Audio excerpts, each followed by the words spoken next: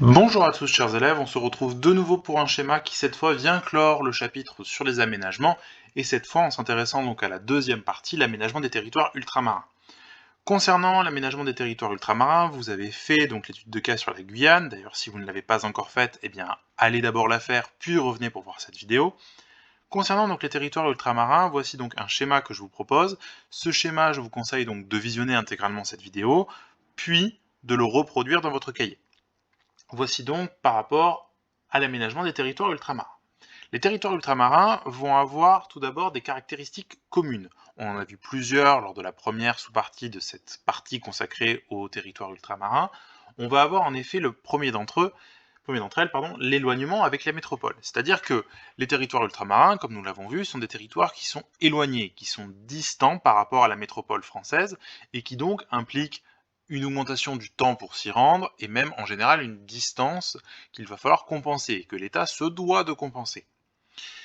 Concernant les caractéristiques communes, on trouve aussi que ce sont des espaces qui sont soumis à des aléas climatiques. Ça, nous ne l'avons pas vraiment vu à travers l'étude de cas, ou même pas vu en général en classe. Cependant, il faut savoir que ce sont des espaces qui peuvent être soumis à des tornades, à des cyclones, qui peuvent avoir des problématiques par rapport au volcanisme. C'est le cas par exemple de l'île de la Réunion. Donc c'est souvent des parties de territoire qui vont avoir ces aléas climatiques qui sont possibles. Également, ce sont des territoires dans lesquels il y a une grande richesse de la biodiversité. On l'a un petit peu vu à travers la forêt amazonienne. La forêt amazonienne dispose donc de grandes forêts, également d'espèces endémiques, c'est-à-dire des espèces qui vivent à l'intérieur de cette terre-là et qui ne sont trouvables nulle part ailleurs. Ça, c'est pour les forêts amazoniennes en Guyane, mais c'est également le cas de récifs coralliens qu'on va trouver tout au large des grandes îles principales qui forment nos DROMCOM. Ça, c'est pour ce qui concerne les caractéristiques communes. Également, ce sont des territoires qui vont garder des liens étroits avec la métropole et l'Union européenne.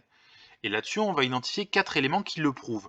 Premier élément, il y a des liaisons aériennes fréquentes et denses, c'est-à-dire qu'il y a des liens aériens qui se font entre les îles des Dromcom et le territoire français ou le territoire européen. Et d'ailleurs, plus intense vis-à-vis de ces territoires-là que dans les territoires régionaux, c'est-à-dire les territoires situés autour d'eux.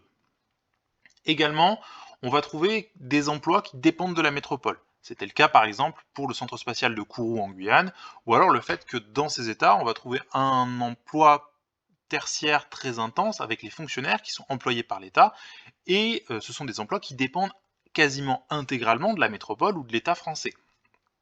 Et ce sont eux qui vont financer les salaires notamment des employés. Ça va représenter une bonne partie des emplois dans ces territoires d'outre-mer.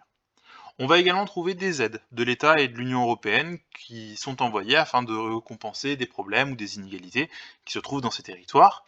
Et enfin, on va trouver des flux de commerce et de marchandises. C'est-à-dire qu'il faut bien que ces territoires ultramarins se fournissent en pétrole, en gaz ou alors en denrées quelconques, alimentaires ou autres, qu'on trouve en métropole et qu'on doit mettre en place dans les territoires ultramarins également.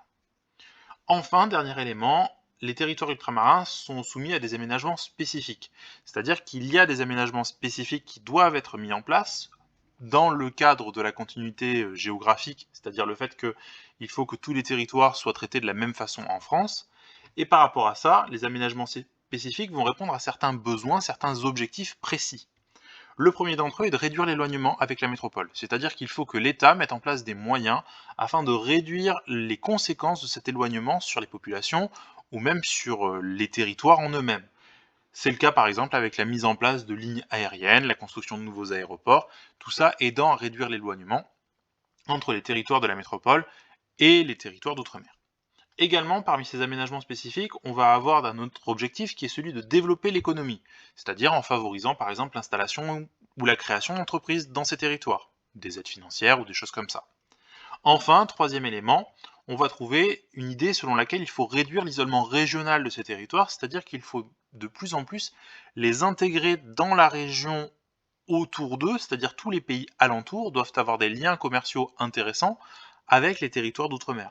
C'était le cas notamment, et c'est un des objectifs poursuivis par le pont sur l'Oyapock au Brésil, qui est une tentative de faire un lien entre le Mercosur, donc un marché de commerce d'Amérique du Sud, et le reste de la Guyane, dans l'objectif de faire un lien entre le Mercosur et l'Europe. Ça, c'est aussi un autre objectif qui est poursuivi dans ces aménagements spécifiques. Voilà pour ce schéma. J'espère que vous n'avez pas trop de questions. Si vous en avez, vous n'hésitez pas à me contacter sur le NT ou même par d'autres moyens si on a l'occasion de se croiser. Je vous conseille donc de reproduire ce schéma à l'intérieur de votre cahier. Puis donc on se retrouve très bientôt pour de nouvelles sessions ou de nouveaux cours ou de nouvelles vidéos. Bonne journée à vous.